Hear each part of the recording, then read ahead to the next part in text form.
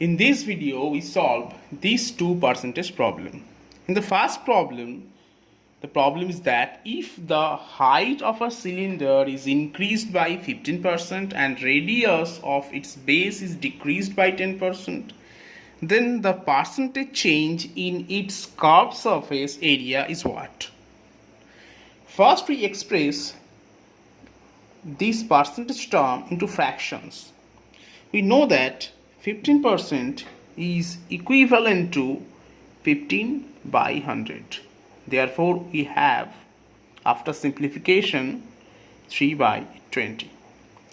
Similarly, 10% is equivalent to 10 by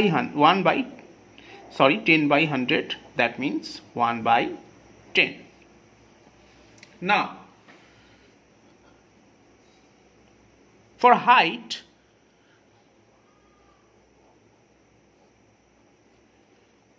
we write initial value here and final value here. For height, if we assume initial value 20, then the final value would be 20 plus 3, as the height of the cylinder is increased. That means final value would be 20 plus 3, 23. 20 plus 3, 23. And for radius,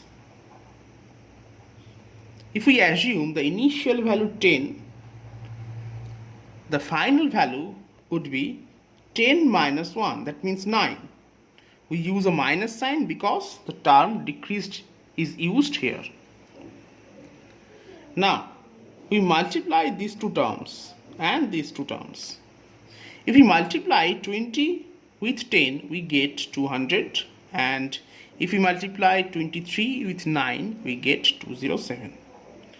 Clearly, we see the increase in 7 unit. That means an increase of 7 unit happens on 200. Therefore, the percentage increase would be 7 upon 200 into 100. Therefore, our answer is 3.5%. Now we proceed to problem number 40, and it is more or less similar to the previous one. Here, it's given that the problem is that the percentage increase in the surface area of a cube when each side is doubled. As we are to find surface area, we write each side twice. That means we first write initial value here,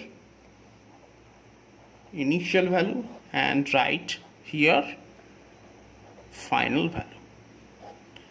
We assume the initial value of each side is 1. That means 1. Then final value would be 2, as we double each side. We again write here a 1 for another side, and here write 2. Now we multiply these two numbers. We get 1, and multiply these two numbers. We get 4. Therefore, we see the units increase in 3 unit happens here. Therefore, our percentage change would be 3, the change divided by this initial value 1 into 100. Therefore, our answer would be 300%. Now, if we are to ask to find the increased percentage in the volume,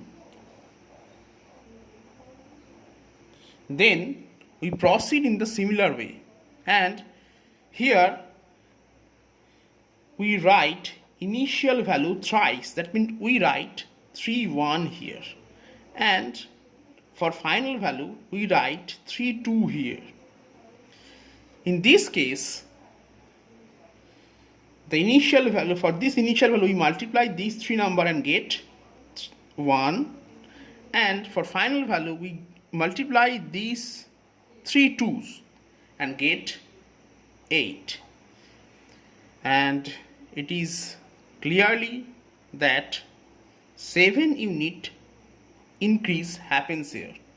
Therefore, the percentage change would be 7 by 1 into 100, that means 700%.